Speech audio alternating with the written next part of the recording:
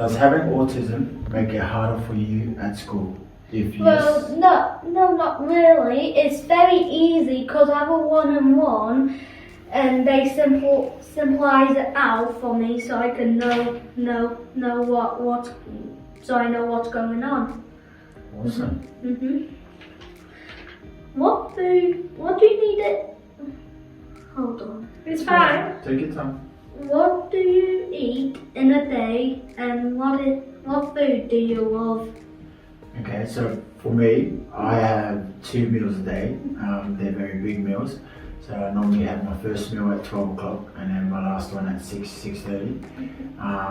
The one at 12, normally after training, it's always bacon and eggs, sausage with a piece of toast. And then for dinner, I always have either steak, smash, potatoes, and veggies. But my favorite food is steak. Okay. Alright, question number 2. What is your favorite subject at school and why? History, because basically we learn facts in the past. So, Wow, not many say history. That's awesome. if you did not play rugby, what sport would you play? Oh yeah, it wouldn't be a sport. It might be something else. If it was a sport, I would try my hardest to play golf. But if it wasn't a sport, I would find myself in the youth industry, helping kids. And I think that's where my passion is, especially when football's finished. Okay. What's the best thing about having autism? Eating easy. Very simple.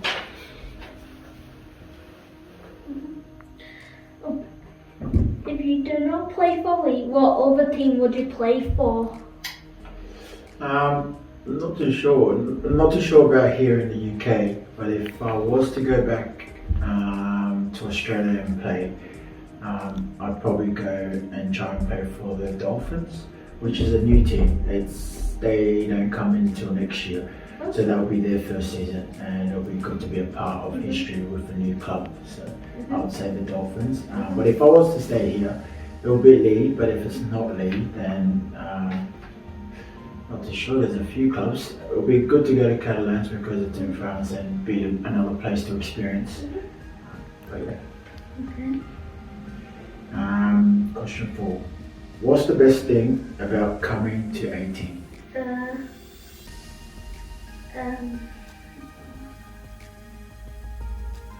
your time.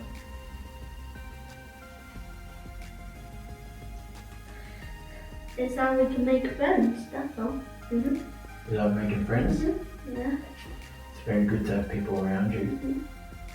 So, who inspired you to play rugby? I think family and friends for me. Growing up as a young kid, I'd always be playing football in the backyard or out at the park with friends and family. But Dad and Mum normally pushed me harder than anyone else.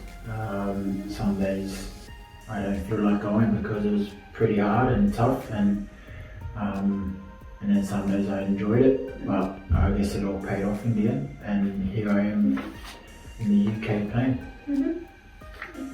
Okay. Another question. What's the one thing you would like everyone to know about living with autism?